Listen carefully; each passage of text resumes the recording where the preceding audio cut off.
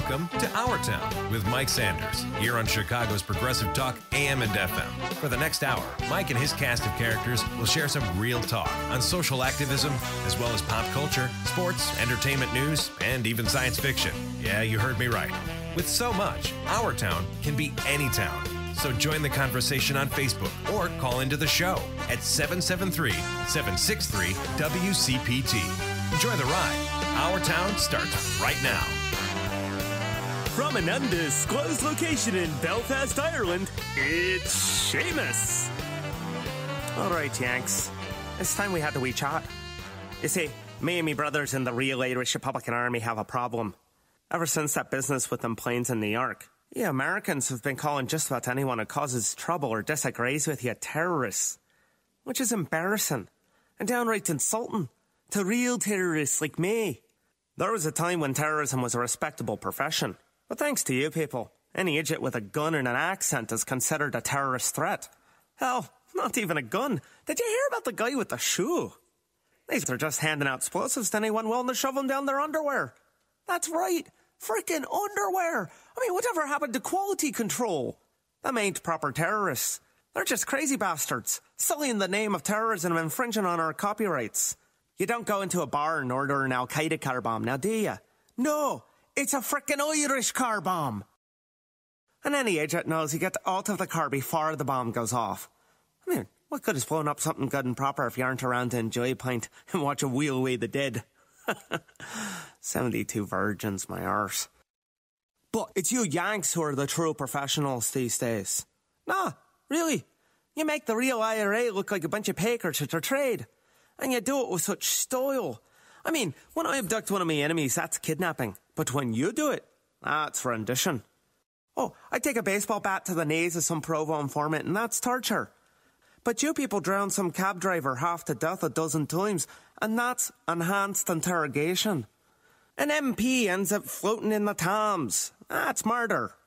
But an American citizen is assassinated by an American drone, and it's an extrajudicial killing. Suppose that's the kind of quality you can only get from the winner of a Nobel Peace Prize. I mean, you Americans break international laws of war I wouldn't have the stones to break. And you're the ones who wrote them. I mean, if I was willing to indiscriminately kill 200 people to get 3 Provo bastard judges, I'd be in the Hague in a week. But you drop napalm and white phosphorus on civilians and Anderson Cooper rides shotgun to cheer you on. People running around screaming as the skin melts off their bones. Now there's a level of mayhem I could never hope to achieve. But you want to know who's got even you lot bested? Private equity managers. Even the Dooncoons in your illegal wars don't come close to creating the kind of chaos them bonkers and CEOs done. I mean, you ask me, an A-10 dropping ordnance in Times Square's got nothing on them credit default swaps when it comes to inducing mass panic. And while a respectable terrorist might take a hostage or two to get the job done, that don't compare to them CEOs threatening to take down whole countries with them if you don't give them a rake of money after they're the ones that bollocks everything to begin with. Oh, they've done it before and they'll do it again. Them gougers got no morals. Our victims may be dead, but that's merciful compared to watching everything you ever worked for get pissed away at the whim of some bastard in a suit because he wants a gold-plated toilet. Face it, they've got us all scared out of our minds and more exposed than a Scotsman on a ladder. You can cry in that Clydesdale pussy people call beer all day long, but it's not going to change the fact that the world's screwed but good and the people responsible are still running the show. Look, all I'm saying is you best be thinking long and hard about who you be calling a terrorist and who you really ought to be worried about. You can hate me all you like, but at least my IRA's still worth something.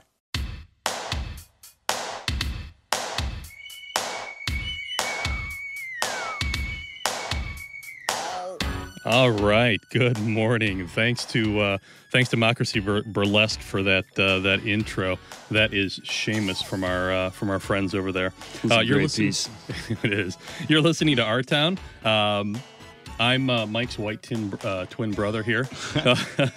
Now we're in for Mike and the gang, so I guess we're the alternate cast of characters while they're out enjoying their families because we have no families. That's right. Yeah, we're just alone and lost in the world. So. Yeah, Mike Sanders kind enough to let us take over Our Town for him this morning. So, hey, hopefully we do a good job for him. We'll do a good job for him. We're going to do a good job for you guys, too. We've got a great show for you today. We got the beer of the week. We've got a lot of hot news. We've got the roundup of Black Friday and Thanksgiving. I hope everybody had a good Thanksgiving. Brian Murray in with me. Carrie Morris sitting in over there quietly. Morning, Carrie. And Dennis Sheeter on the board. Good morning, Dennis. Hey, how are you today? Did you have a nice Thanksgiving? Oh, absolutely. You were back home? Yeah, I went back home for the holiday. Took the Amtrak. Weekend for the Cheap, by the way. It's a segment I do. I'll have you know, $24 on the way to Chicago, back. Very nice. $32 on the way back to Alton, Illinois. So only hitchhiking would be cheaper. Yeah, absolutely. But no, hey, you are WC Turk, by the way. You didn't say who you were. I am WC Turk. I was getting to that. I'm getting to the phone number because we want to hear from people this morning. 773-763-WCPT, 773-763-9278 to call in. We've got a lot going on today. We're going to revisit the Jeremy Hammond issue again. We're also going to be talking about Palestine very briefly. I was at a protest on Monday to stop the violence in Palestine. So we want to touch on that a little bit. As I said, we've got the beer of the week. We've got Weekend for the Cheap coming up. And we've got Julia's list coming up. Yeah, Julia, kind enough as well to, she sent me a list. I'll give a little teaser. Yes. The Common Radio, a tease. What it is, yes. It's going to be the top 11 things to get you a promotion, basically, from the mouth of the bosses, strictly from those people. So, yeah, if you got any tips, maybe 773-763-9278 as well, give us a call, and hey, who knows, maybe it'll be on the list. Mm-hmm. And as I'll be out of work at the end of the month, I'll be listening very, very closely. Yeah, that's nice. Going to be taking some time off, eh? So, Dennis, you wanted to give us a roundup of the Black Friday festivities, yeah, the good, the bad, and the ugly. Exactly. It's the good, the bad, and the ugly of Black Friday. A lot of ugly, obviously, as we all know. But at our town, we want to cover for Mike Sanders correctly and, be biased, or not be unbiased, actually, Absolutely. And cover all fields. So, yeah, we'll go ahead and go over the good, the bad, and the ugly. First, the good. And what then is the good? The good. Okay, there are some good things that actually came out of Black Friday, believe it or not. Retail foot traffic, it rose 3.5%. So, hey, there you go. That's a good thing, right? Sort of, yeah. Mm-hmm. The stock market rose after Black Friday as well. In fact, major stock indexes closed one of their best weeks of the year. Technology stocks, which wasn't so hot lately, did pretty well. They soared. Dell, Chipmaker, AMD, and Hewlett-Packard were the top three gainers in the S&P 500. And ending out the week, the NASDAQ was up 4%. The Dow Jones went up to 3.4%. So number-wise, that's about all that was really for the good in Black Friday. Maybe, some kids, got some good Christmas presents. I ate a lot. Yeah, there you cooked. Go. You avoided the shops, huh?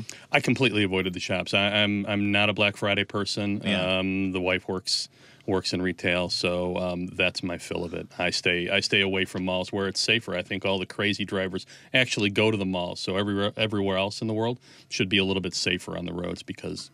Yeah, just for that. I agree. I know a lot of people who don't do the Black Friday shopping, but yet there are tons of people that go. So I guess we want to hear from the people as well on that. 773-763-9278. If you did some Black Friday shopping, you got a crazy story, we'd love to hear it because, we're just going to be talking about that for the opening segment. I think all of our listeners should have been doing Small Business Saturday. Small Business Saturday. Small Business Saturday. Explain to what Small Business Saturday Small is. Business Saturday, boy, this feels a little strange because I really support it, but it was begun by American Express, a giant corporation. Okay. But the intent is there. The intent is good to support local businesses, and I think I heard an American Express spokesperson say that Main Street needs to be vibrant and strong, which is true, and we do support that. So. I did do a little bit of shopping on Saturday. As I said, I avoided stores like the plague on Friday. And we're a small business here. Yeah, you could say that. Yeah. Definitely say that. Yeah. Just in the studio. Yeah, Brian here as well. Brian, what's your last name, by the way, buddy? I've always just known you as Brian. Murray. Brian Murray. Okay, so Black Friday shopping. You seem like a Black Friday kind of guy, am I right? You don't know. I have a tendency to like black flags, but Black Friday I'm not so much a fan of. All right, but, so you stayed away. Did you see anything driving by or any people lined out or anything like that? No, I tried to avoid them. Actually, I was having a lot of fun on Facebook and various other places. talking with people about what we're going to be talking about in a few minutes, and then spending some good time with the family. Okay. Sweet. All right. Well, let's go over the ugly then. Let's go. Yeah, and there is a ton of. You said you have a count you've been keeping track of. Is that right, Turk? Yeah, I think we're up to 28 injured, 5 wounded from gunfire, and 3 stabbed. Just from gunfire, 5. So, and that's just the shopping tally. So yeah. Oh, we forgot to do the bad. I'm totally sorry. We forgot to do the bad. I did forget to do the bad. The bad, we'll do more numbers. The retail sales, they did fall 1.8% to about $11.2 billion. And the bad, now, this is bad. I wouldn't say necessarily ugly. I'm sure everybody has heard of it. The gentleman in Springfield, Massachusetts, who left his 2-year-old kid, or his daughter's, or his girlfriend's kid in the car to get a 51-inch TV at Kmart. And I didn't know it was that big. I know it was a big screen TV. I didn't realize it was 51. I was going to take the guy to task, but for 51, that's rough. This guy must have, on a whim, just bought it because he was at the Kmart walking around shopping, and he must have seen the 51-inch TV. Called up his buddy. I guess he couldn't fit it in his car. Called up his buddy or somebody, and then left. And then gone from Kmart, and the cops come and find the kid in the car. They had to break the car open. And then they find the dude. They find the guy just sitting at home. Hey, what are you doing? Sitting there watching Judge Judy or something on his he said, "Hey, TV. Did you see my new TV?" Yeah. Oh, hey, I saw that on the news. That's my kid, huh? Let's just. It's way too easy to reproduce in this country sometimes. My girlfriend's kid looks sweet in HD. All right, so now let's get to the ugly. Now Turk, give them the facts, buddy. Oh, I can give you the facts here. Come on, it was Gorilla. really ugly. All right, so here's the casualty count for Black Friday, and I don't say this with relish, but I say this with ultimate disdain for rampant consumerism. Here we had 26 injured, 5 shot, 1 stabbed, and thankfully nothing worse than that this year. That is good. Yeah, so it's an improvement over last year. There you go. We'll throw that into the good. It's so it's still brutal. We did have a 54-year-old grandfather in Phoenix roughed up at a Walmart. We had 20 people pepper sprayed over an Xbox. We talked about the Massachusetts man and his 2-year-old infant in the car. Yay. We had at a Sears in San Antonio, a man pulled a gun on a line counter. But the nice thing about Texas is you can pull a gun on somebody, and as long as you have a permit at the Sears, you're okay. Yeah. So he pulled the gun on somebody trying to cut in line. When the police came, they checked it out, found out he had a license. They said, okay, that's good. Don't mess with Texas Black Friday lights. I guess. We had a fist fight that broke out at a JCPenney at midnight at Kenwood, Michigan. And then we all remember last year's riot in Little Rock over a $2 waffle maker. And the deadly shootout between 2 angry husbands at a California Toys R Us. Oh, Lord. Such safe places, all these shops, until you get to this day, and it's just a battle zone. It's lovely how we come to the season of brotherly love and peace, isn't it? Yeah, I saw a really great meme on Facebook the other day that was kind of a checkerboard comparison of what's legal, what's illegal, what's good, what's bad, and it's a really interesting kind of eye opener if you're looking for a little bit of dark humor about what's considered acceptable and what's not, related to large groups and how they behave. Yeah. And Brian, your guest is on the line, so we'll get to her here shortly. But also, too, another thing for Black Friday, one of the big stories, the Walmart protesters. The Walmart protesters. Absolutely. Wasn't as dramatic as a lot of people thought it would be, but I think it was incredibly symbolic. There were 9 arrested at one Walmart for blocking traffic, which I thoroughly support. In as much as you need to make a point. You need to let people know what these issues are about, and sometimes interrupting their day for a moment is an important part of that. This was all about workers' rights. It was about workers having a safe and equitable work environment, and it was especially for a company that has really gutted small-town America. We talked about Small Business Saturday. And how Main Street is very important. And obviously a corporation like American Express thinks it's important enough to promote it. So we need to see the follow-through from every corporation. We need deeds, not words. And one of the issues with the whole Walmart protest was that workers asking for better working conditions were being harassed.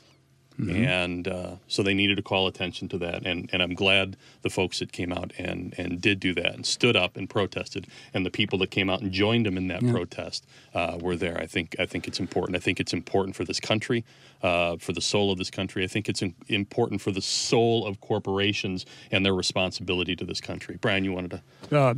If they're going to maintain the same rights as, or even more than citizens as far as speech and political influence, then yeah, they should definitely be acting like members of the community. Yeah, absolutely. And my family was represented there by our buddy Neil, and I know it was an interesting time. He said there was a really interesting mix of different groups out there to do it, which is always good. Yeah, it was a really busy week for activism. On Monday, I was at a protest downtown for Palestine and the violence in Palestine right now. And I think what characterizes that is, and the same thing with the Walmart protest and the guest we're going to get to. It's all part of the same environment, that there's a near exclusive and very lopsided message that's going on in the media about a lot of very important, very real issues that affect people, that affect the middle class, that affect the working class, and poor people, homeless people, and struggling people in this country. Yeah. And the media, the lopsided media attention to Israel. And it shouldn't be about this tribalist Palestine versus Israel, U.S. versus the Muslim world, such and such. It should be about humanity. It should be about human rights. And the lopsided media attention here has really shifted that focus from human rights to, as I said, that nationalistic or that tribalistic attitude, which does not help the situation, does not help the people affected, and does nothing to solve it. It just perpetuates this endless cycle of revenge and retaliation.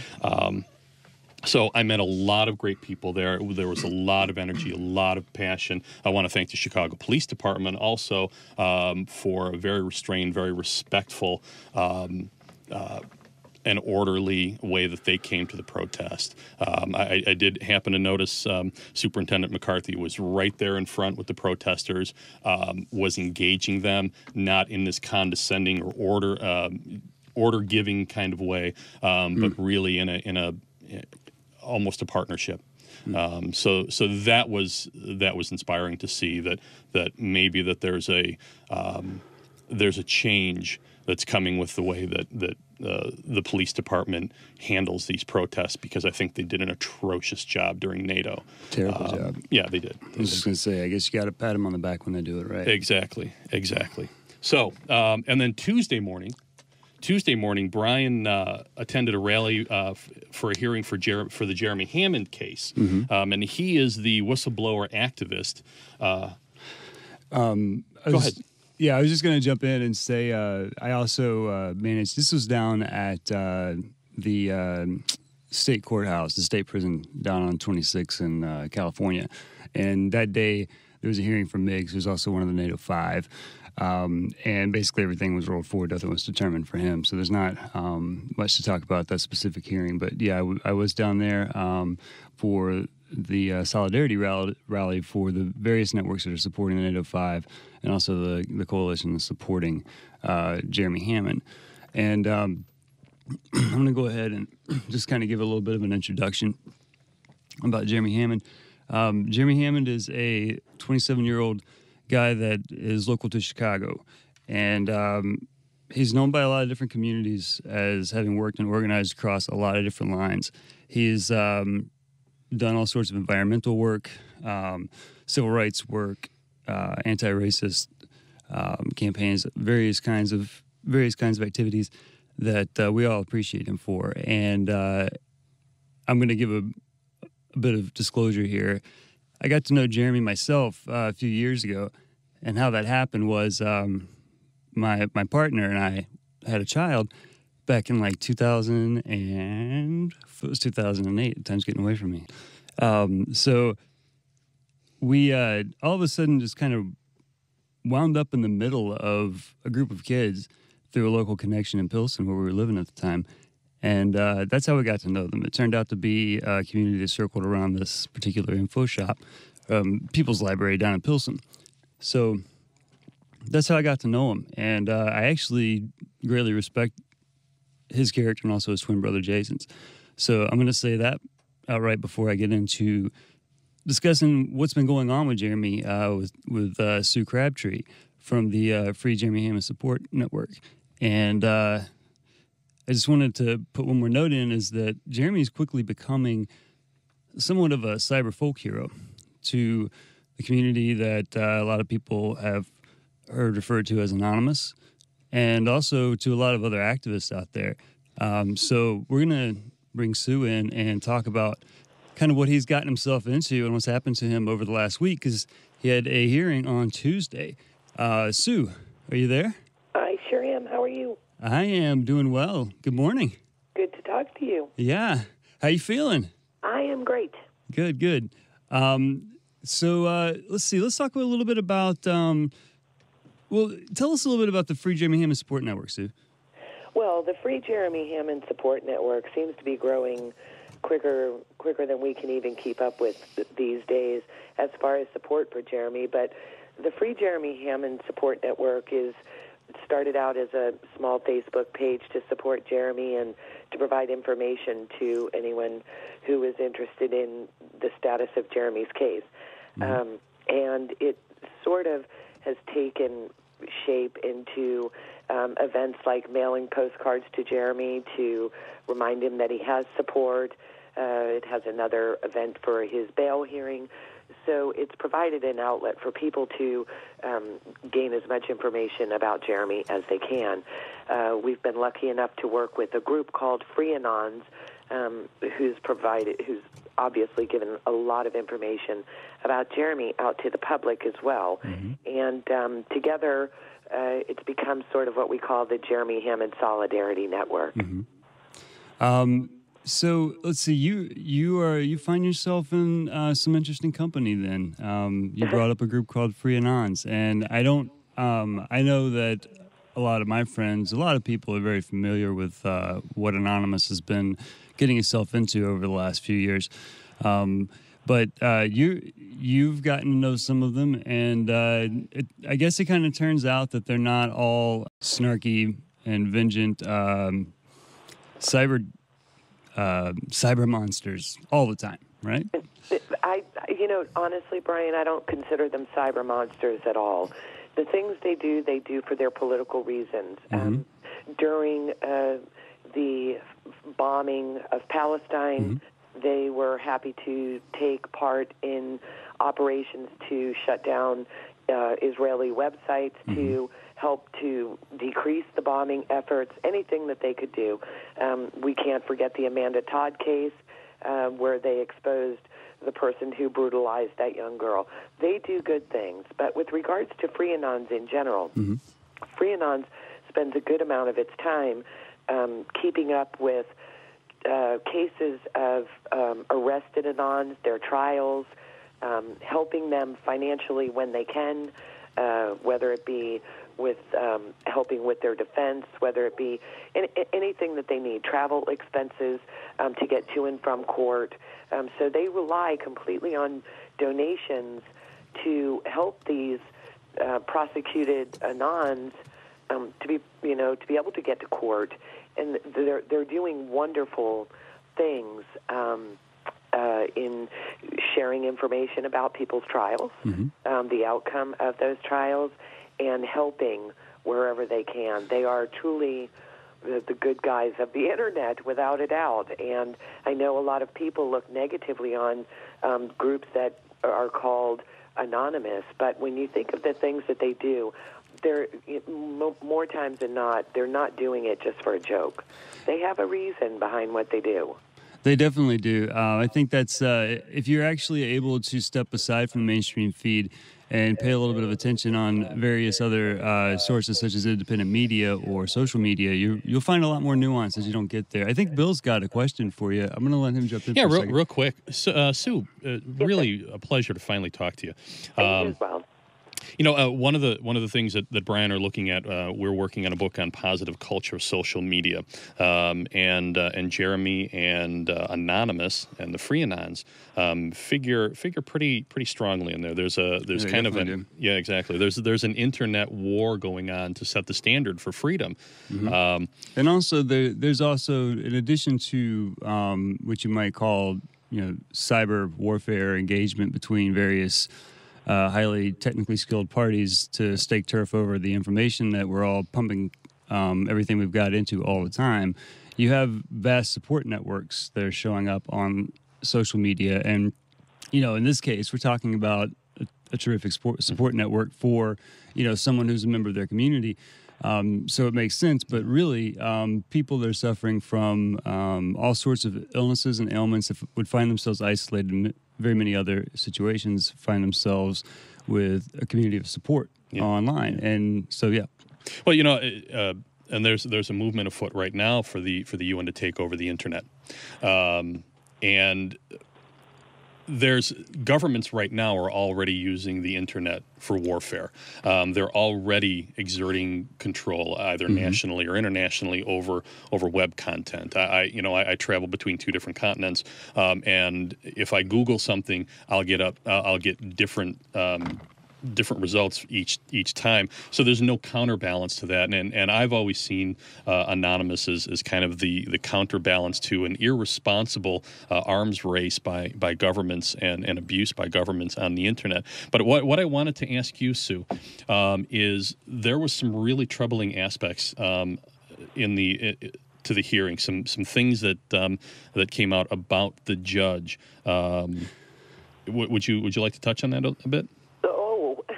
Well, let's just back up for just a second. For those folks that are listening that aren't totally aware of this case, this was an international roundup that involved people from all over the world. Jeremy was the person that got tagged in the States, and it happened here in Chicago on March 5th.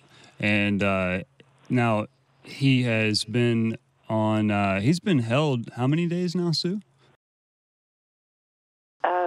I don't have the exact count of today, but it was, I believe it was 248 days as of the time of his bail hearing. Okay. So this is 250 days. Without a trial. Without a trial. Without a trial and without an opportunity for bail until the bail hearing, which took place on Tuesday. And it's really important to, remind everybody that when you're talking about the government, and cyber warfare and everything, there is no denying in this case, and the FBI has already admitted this, that they orchestrated this hack, and they are focusing very heavily on what they consider cyber terrorism. And I've seen a lot of information about this.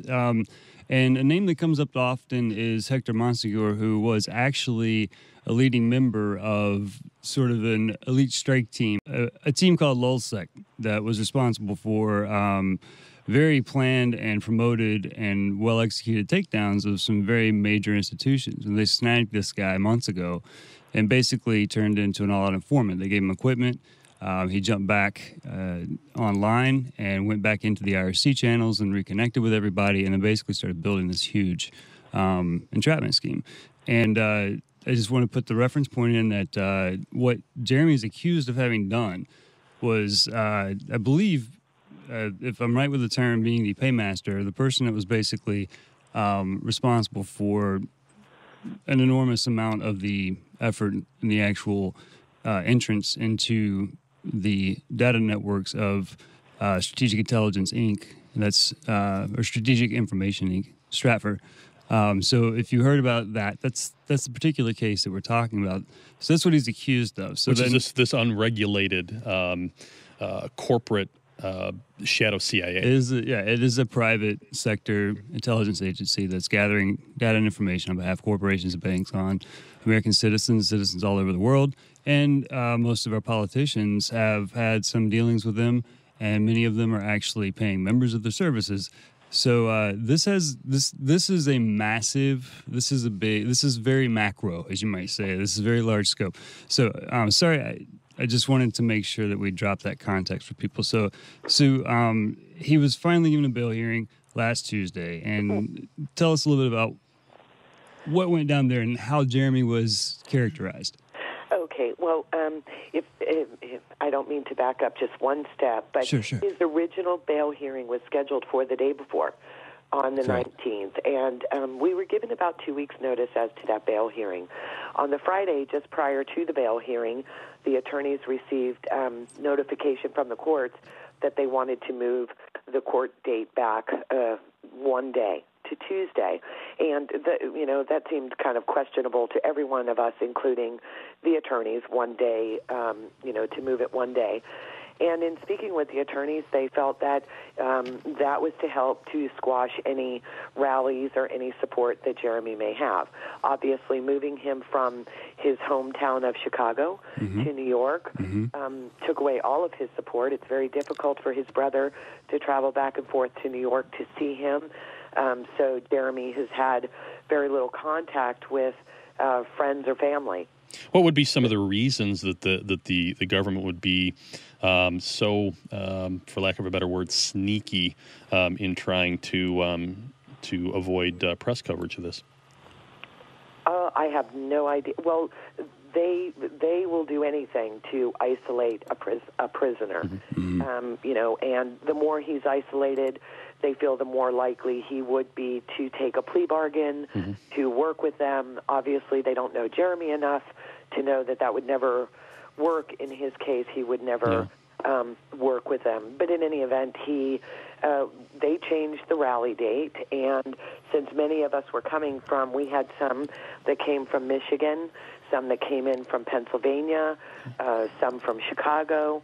I drove up from Tennessee, and that little switch of a court date wasn't going to change anything because we rallied, and we did on Tuesday. And we made our way into the courtroom, and we were all very, quiet, did not disrupt the court at all. And we had to sit basically through the motions being filed by the attorneys explaining why he should be given bail and the means by which he would be monitored if he were out on bail. He would be living with an attorney known to the courts there in New York while he was out on bail and working on his defense, going through just tons and tons of information. And the judge was not very. There were issues with the judge. Well, so it's kind of a heinous or a little bit of a. There's a very sharp tone to the particular way that she spoke about Jeremy as in the context of whether or not he was a threat to society. And then that leads to an interesting situation. So, go ahead, Sue. Talk about that a little bit. Yeah, the attorneys explained where he would be staying, and the bottom line was the judge felt that Jeremy was more dangerous to society than an online sexual predator and said that he had the ability to hide his identity by using a little program called Tor, which is nothing more than something many of us use to protect our own identity online. It was something made by the Navy. So it's nothing, illegal or anything like that. And she said that he had the opportunity to walk into an internet cafe, grab himself a cup of coffee, and hack a site and grab some credit cards. And we're running a little bit low on time here, but I did want to ask you, the judge has there are indications that the judge has a significant dog in this fight. Yes, the day after court, we came home very, feeling really disheartened about the denial of bail. And it was found that Judge Prescott's husband actually has an account of some sort with Stratfor. Interesting. And that his email was part of the hack on Stratfor. So we found that out the very next day, and to those of us who have seen it, it appears as a giant conflict. I would say, I would agree that there's definitely something odd going on there. We're going to break, and Sue, if you'll stay on the line with us, I will check in with you in just a second. And thank you so much for calling in, and we're going to continue on a little bit about this topic after the break. Come back, please. Keep listening. You were listening to Our Town on Chicago's Progressive Talk, WCPT, AM and FM. We got Julia's list as well, the weekend for the cheap, sports and entertainment, and more with our guest, Sue Crabtree. Stick around. It's Chicago's Progressive Talk, WCPT, AM and FM.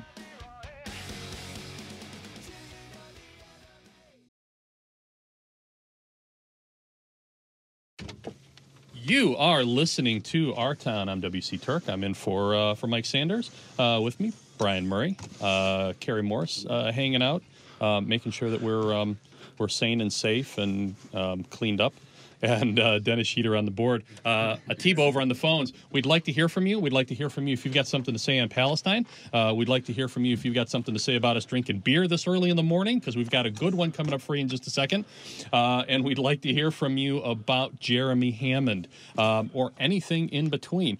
Give us a call, 773-763-9278. We're going to go back to Sue Crabtree for just a minute. And then after that, we've got Julia's list and then the beer of the week. Brian? Sue, you there? Yes, I am. Okay, so moving forward, as these revelations are or as this whole case is developing with the connection, the possible connection between the judge and her husband, what is the coalition working on trying to do right now for Jeremy? We would just like an explanation from the judge. We're working with the attorneys and allowing them to handle any motions that may need to be filed with regards to this new information. And our only job is to get this information out and expose it to the media as much as possible, so that perhaps an answer to why the judge did not notify anyone of this conflict can be answered. Great. Well, I wish you the best of luck with that work, and we're gonna jump back in and take care of some other stuff here. And thank you so much again for calling in and letting us know about what's going on. Thanks for having me. Have a good day. You too. Bye-bye. Thanks, Sue. Appreciate it. And we'll have more information about that at our Revolution and Beer, Rev and Beer Facebook page. You can get more at Last Man. I'll also be blogging about it on my 900-pound gorilla at WordPress.com. It's actually Revolution and Beer on Facebook. And Dennis, you've got a special list for us. Yeah, thanks to Julia. She sent in the list last night, emailed it to me. She gave me options of lists, actually, so I chose what I thought was maybe the best one. Here we go, the 11 tips to get a promotion straight from the mouths of the bosses. These are from the bosses here, so listen up. We got by the way, a phone screener, Atiba. Atiba, are you there, buddy? Hey, how you doing? Hey, doing good, my man. Why don't you crank her up a little bit there? Crank up your microphone. You there? Is that better? Oh, sounding good, man. Yeah, man. That was some good phone screening right there that you just did on that last guest, by the way. Just want to let you know. Way to field that one. That was good. Thank you guys so much. They were on hold, tight. That was good. Atiba is the man. All right, so He is. He brought good cupcakes. It's the beer of the week. and also we're going to bring in here Julia. She does the list. We need the female perspective here. We do. On Our Town. We're just a bunch of dudes hanging out. We got beer, cheese, and stuff like that. So we're going to bring the female perspective into here as well. Her name is Carrie. She works for WCPT as well. Carrie, are you there? Just go ahead and talk, Carrie. We don't have time I'm for the here. headphones. Okay, fantastic. Okay, so we're I'm going to paying do. attention. Great. We're going to do the 11 tips to get a promotion straight from the mouths of the bosses. If you guys agree with these, let us know. The first one, know your job and do it, all right? That one's important. Just know it and do it. Straight from a boss here, if I have asked you twice and you don't pay any attention to what you need to do as a part of your job, I will not see you as a valuable or smart, says one boss. So there you go. Number 10, have a solution. All right? I quit. What's that? That's my solution. I quit. There you go. I don't think that'll get you a promotion. I quit. But have a solution, okay? To please a boss like this, you can follow one rule of thumb. Never bring up a problem without a possible solution to recommend. Backup plan is always important. A backup plan is Always want a backup plan. I think you're right about that. All right, so we're going to go to number 9, which Oh, there we go. The back of the paper. Recycle. Ask how you can help. You should be asking me. This is from a boss here. Ask how you can help. You should be asking me if there's anything else you could be working on to help grow the company or the project, instead of waiting around for me or to tell me what to do. I'll clean up in aisle 5. There you go. See, that's the initiative they're looking for. You have to take initiative. Exactly. So there you go, Mr. To show you care. To show you care. There you go. Show you care. Our number 8 tip for to get a promotion here: hold up your end. All right, I'm holding it right now. Which end? Yeah, hold up that end of the microphones. Fall down. No. Here's a quote from a boss. It's awful when you claim to be a team player, but complain when you are given responsibilities to help on a project. Which I think is called the coach. Yeah, and the boss never has to be a team player either. It doesn't seem sometimes. Yeah, exactly. I said never, and it doesn't seem sometimes. That makes no sense, but yeah. But just don't complain, all right? You say, I'm a team player. Oh, we want you to, clean the bathroom. Oh, no, I got to go. Don't do that. Don't do that. Number 7, don't expect to be rewarded. Carrie, don't expect to be rewarded. Here's a quote from a boss. In order to get a promotion, you need to actually be worth it. Yes. I will happily work for minimum wage. Yeah, there you go. They're not Thank you, going to give you Glenn a Beck. thank you at the end of the day. There you go. You got to pick your, just work hard here. Don't walk around with the air that you deserve it, because that sense of entitlement is going to get you nowhere. So there you go. Because only a limited few people in society can act like that and get away with it. True. Phone screener Atiba, how you feeling about this list? It is right on point, Dennis. Hey, there you go. Makes me feel good about my free labor. Exactly. And he's an intern. He's as all well. about solutions. We will He's say working his thank way you up. 5 times over at the end of the day. I think this is directed towards Atiba. He's an intern trying to, make his way up. So please listen close, Paying Atiba. him with education. Yeah, there you go. Number 6, don't skip the office party as much as you want to. Don't skip it if you want to get a promotion, okay? I'll bring the beer. There you go. I think that's a bad one. You think that's a bad one? I think mixing business and pleasure sometimes is bad. If you do go to the office party, don't have more than one drink. That would definitely be the thing. I think If go you to the got the party, right plan there. Nurse your drink all night. You don't want to embarrass yourself. Yeah, don't look to go on a booze cruise, if you're doing the birthday or the party. That's a good idea. Okay, so our number 5, let me flip the paper over here. Where are we at? Number 5. Okay, take notes. Take notes, people. Don't just sit around looking at the wall, staring off into space. Here's a quote from a boss. Sorry, I lost. I didn't catch You're that. fired. You're All fired, Turk. Okay, here's a quote from a boss. We hate having to tell you things over and over. No boss should ever have to go over directions more than once. If you could repeat that, we'd appreciate it. If you don't understand the direction when it's being given, clarify it right then and there and take good notes instead of depending on your memory. We're kind of running on time here, so we're just going to go over the last 4 here. The number 4, smile. That's probably how you got the job in the first place, right? Smiling. Yeah. So keep the smile. Be drama-free. I think that should be number 1, if you ask me. It should be Hell number yeah. 1. Be drama-free. Don't bring any drama to the workplace. Absolutely, no drama. Number 2, bring the bad news first. I got good news and bad news. I'm gonna give you the bad news first. That's I ran over your cat. Ouch! You died! And number 1, I wish we had a drum roll, but we don't. Tell me I'm wrong. Straight from the mouth of the bosses here. You're wrong, dude. From a boss. I love when someone you're smart absolutely challenges my thinking, says one boss. I say, I love it when they say that. yeah. It's a good point. Play it wisely. And that is our list. Thank you so much, Julia, from our town. She'll be here next week if you missed her reading that list. Thank you, Julia. I think we're going to take a break now, right? Absolutely. And Hey, we will be back with the beer of the week. beer of the week, weekend for the cheap. And no, I'm just happy about having some beer.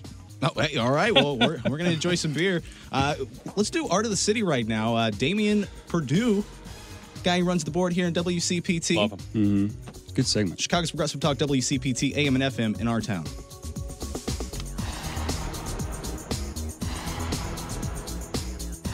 Good morning, Our Town listeners. It's Damian Perdue with Art of the City here on Chicago's Progressive Talk AM and FM on Friday, November 30th from 6 to 10 p.m.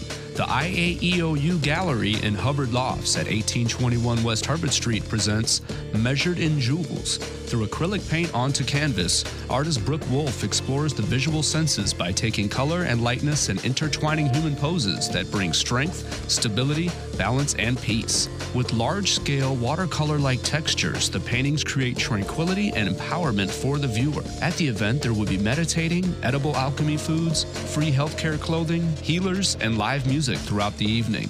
There is no cover, but donations are welcome. And on Saturday, December 1st, from 10 a.m. to 5 p.m. at the Highland Park Country Club, 1201 Park Avenue West, Amdur Productions proudly presents The Inside Show, a winter juried art festival with gifts of art for home and holiday. A select group of 40 acclaimed artists will showcase their work at the show. Exquisite artwork of all mediums, including ceramics, fiber, glass, jewelry, sculpture, mixed media, paintings, and drawings, plus photography, printmaking, wood, and furniture, will be represented at the festival, with an emphasis on fine art and craft for the home and holiday gift giving. Visit amderproductions.com for more info. And on Sunday, December 2nd, from 11 a.m. to 7 p.m., is the 3rd annual Underground Art Market at Sea House, 1617 North Drake. Come on out and challenge yourself to do all your holiday shopping early and support local artists, featuring unique local artisan wares like street mixed media art, gemstone jewelry, soaps made from natural oils, handmade clutch purses and handbags, plus homemade jams and jellies, and a whole lot more. Go to undergroundartmarket.com for more info or to get involved with the event. This has been Damian Perdue's Art of the City here on Chicago's Progressive Talk AM and FM. Now back to our town. Heartland Animal Shelter on Milwaukee Avenue in Northbrook is a true no-kill shelter. No, we'll hear that commercial later. It is Chicago's Progressive Talk, WCPT in our town. WC Turk, almost said WCP Turk. That's all right. Live radio, dude. Yeah, no kidding. Live radio. We are filling in for Mike Sanders. Thank you so much for letting this chaos happen on the airwaves. We do have a Thank you, Mike, who's not here. Well, yeah. We do have a beer of the week. We do.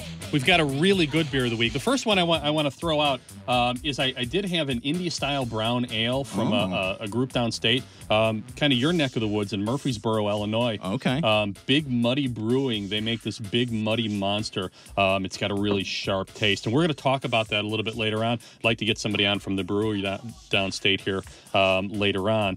But the beer of the week this week, from our friends at Louis Glun's Beer Inc., that small company, that multi-generation company here in the city, is Revolution Brewing Fistmas Holiday Ale. Fistmas. Fistmas. Fistmas Holiday Ale. It's a really beautiful, nice, rich red holiday ale. It's got this really kind of pretty, boy, it's like a desert sunset kind of color. Took the words right out of my mouth, WC. That's what I was going for. I'm a novelist. It's an author. It's what I do. So you got us some rounds here. So what exactly am I sipping right now, sir? What you're going to do, there's some really nice layering to this beer. Okay. Christmas beers can kind of be sort of cheap. Sometimes people push them out just to get the holiday sales. This one, they really do a nice job. Revolution Brewing has a nice portfolio of beers. We sampled one last week, their Eugene Porter. They really are a craft beer in every sense of the word. And this one has notes of ginger and caramel and a little bit of citrus. Take a nice sniff of that beer, get your nose in there, and kind of get that aroma. Yeah. That's going to help awaken your taste buds. Oh man, yeah, I think they're awake. Exactly. Yeah. And then when you take a sip of it, hold it on your tongue for just a second, and then as it falls to the back of your throat, then you'll start picking up those ginger notes and that sweetness of the caramel. You'll get the bitterness just a little bit at the front. That's the hops. Yep. But then all of those flavors kind of smooth out and come together as it falls to the back of your throat. The hops aren't a killer either. They're not really sharp. So exactly. And I'm looking. We've got on the line here. We've got a friend of mine from Michigan, Carol Cooper from Seacoast Cottages, who. When I was putting this together, when I was looking at beers, I like to pair them with foods. And I made for everybody here these little crostinis on pretzel dough, pretzel bread, with prosciutto and then rosemary infused cream cheese. Just kind of awaken, especially those ginger notes and the citrus notes in the Fistmas. You're a classy man, Turk. I'm trying, buddy. Classy. It'd be one thing if you trying came to in here live with to a standard, my Steel friend. Reserve and Ruffles, but And you're if it's coming food in and with the good stuff. That's it. Eloquent beer. Exactly. I feel fancy drinking this stuff, Turk. But one of the things I did, my friend, was made a meal the other day using a cookbook that Carol wrote. So I'd like to get her on. Looks like she's called in. She wants to talk about beer. Carol, are you there? Yes. Hey, sweetheart. Nice to talk to you. Nice to talk to you too, Bill. And we just wanted to tell you, my husband Jeffrey and I wanted to tell you how much we love your show. Oh, you guys are awesome. Carol and Jeff run Seacoast Cottage up in Marquette, Michigan. It's this beautiful, beautiful little cottage set right on the Lake Superior shore. They've got a mile of empty beach. And this beautiful view of the lake. I would encourage everybody, if you get a chance, go to the Seacoast, website up there in Michigan and check it out. And then go see Carol and Jeff. It's like going home. We go up there a couple of times a year, and they're just the sweetest people. But you, Carol, you wrote a cookbook. What's the name of the cookbook? I did. And what's the name of that cookbook, Carol? Simply Natural Gourmet. And what was your inspiration behind the cookbook? Well, Jeff and I had natural food stores in San Diego, California for years, and going on almost 30 years. And we were we had a deli, and we had we sold all the natural foods there. And I kind of ran the deli, and I created a lot of recipes in my deli, and all my customers wanted me to write a cookbook, and it took me years and years and years to do it, but once we moved out of California and got the resort up here, our Seacoast Lakeshore Resort and cottages, we, I had a little bit more time and just decided I should go ahead and get the book done. Carol, people can order the book. They can order the book online? You can order the book directly at simplygourmet.net. Nice. And we're going to link to it on our Facebook, too, at Revolution and Beer, and also on my Facebook page. And then I will have a couple of recipes that go with our beer of the week, the Fistmas Holiday Ale from Revolution Brewing, in a 900-pound gorilla blog a little bit later on today with a review of the beer. So people want to check that out and go to 900poundgorilla.wordpress.com. Carol, we're going to catch up a little bit later, but thank you so much for calling in. Give my love to Jeff. I will, and thank you for your show. It's just wonderful. Thank you, sweetheart, and we'll talk to you soon. Okay, thank you. All right. Bye. Well, she sounded like a nice lady. She's awesome. They're just the sweetest people, and this is their little resort is like heaven. It's just a wonderful place. What was their website again? We'll post it. Okay. I've got it. Yeah, I've got it on my in my email, and I'll post it today on the Facebook. Cool. Couple of things going on. Okay. We wanted to bring attention to a few issues of activism. One of those being the Nuclear Energy Information Services, NEIS. .org and beyondnuclear.org. They are having a seminar this week. We will post all the information for that on our Facebook as well. A mountain of waste 70 years high is what the seminar is about, and there's a lot of waste and trash coming to this state, and we need to get ahead of that issue as quickly as possible. The seminar is called Ending the Nuclear Age, a 2-day conference in Chicago. The registration fee is $40 if you sign up in advance, $50 at the door. I believe there are discounts for students and for senior citizens as well. But it's really important. It's a way to get active, and it's a way to get active. This stuff does not go away. It stays in the ground for thousands and thousands of years. Yeah. There's no diluting it. There's no erasing it. It's with us forever. Also, we want to talk about Help House Chicago homeless people. They're still looking for donations. They're still looking for a water heater to heat their houses. This is the group on the south side stealing houses from the banks, and they can be reached at 773-556-1539. Ask for Thomas or email them at helphousechicago@gmail.com. All right. Also, a shout out to the Politics and Religion Conversation Club. Met with them on Tuesday. They were a great bunch of people. Had a really terrific conversation. I'll be there meeting with them again on December 5th. Come out. It's a great, productive way of getting face together and kind of hashing out issues of politics and religion in a really respectful and intelligent way. You can find them at www.meetup.com. Politics-religion-conversation-club. I'd also like to thank again the folks at Revolution Brewing and Louis Glun's Beer Inc. for their help with the beer of the week, the Fistmas holiday ale from Revolution Brewing. I want to thank Sue Crabtree for the what was that again? With the Jeremy Hammond Support Network. Yes, the Free Jeremy Hammond Support Network, which I just posted their Facebook page up on our Facebook page, or our event page. I'll populate it across. You should definitely check it out and get a little more backstory. Exactly. All right, gang. We got a little time for Weekend for the Cheap. We do. All right, Always. let's do it. I'll try and be as fast as I can. Go, buddy, here. go. Segment for the broken board in the Chicagoland area. The Weekend for the Cheap. Mike Novak show is next. He's standing right behind me.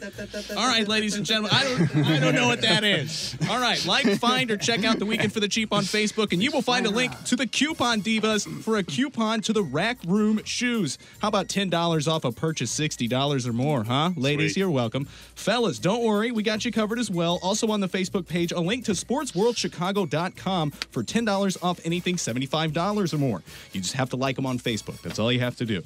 What's that, parents? You want a good coupon too? Okay, also on the Facebook page, a link to chicagocoupons.com for $25 off an acupuncture section at Bridge to Health Clinic. All right, going on to the City Day for little to no money at all. We got the Bears hosting the Vikings at Soldier Field, so I'm sure there are some people hanging out in numerous parking lots near Soldier Field, so there you go. We got the Lincoln Park Zoo lights going on at, believe it or not, the Lincoln Park Zoo. It's awesome, beautiful. Starting at 5 tonight. You can enjoy ice carving demonstrations, visit with Santa, tons of lights, warm drinks, and so much more for free admission. Once again, it is the Lincoln Park Zoo Light Festival happening at the Lincoln Park Zoo. All right, let's take a look and see what's going on TV today. If you don't feel like watching football, check it out. We got a classic starting at noon today on AMC. No, it's not The Walking Dead. It's Pet Sematary. Oh, sweet. Stephen King classic. All right, now you're probably wondering, is Pet Sematary 2 on right after that? Yes, it is. Pet Sematary 1, Pet Sematary 2 on AMC. That starts at 2 today. I wouldn't watch them if they weren't together. All right, we got about 1 minute here. What's that? Pet Sematary is not your cup of tea? Well, don't worry. How about Karate Kid 1 at 10 a.m. today on G4, then Karate Kid 2 at 1 p.m. on G4. I don't know which I'm going to choose. 2 words. Hi-ya, buddy. It's a conundrum. Check it out. Okay, and finally, on Craigslist, it's getting cold out, people, and right now for free on Craigslist, you can get a handmade crochet scarf and hat set in Hanover Park. Also, free baby bottles in Pilsen. If you want to go that route, go ahead. A little late, but we got a turkey deep fryer in Grays Lake for $75. Try something new next year. And finally, this is awesome. A $5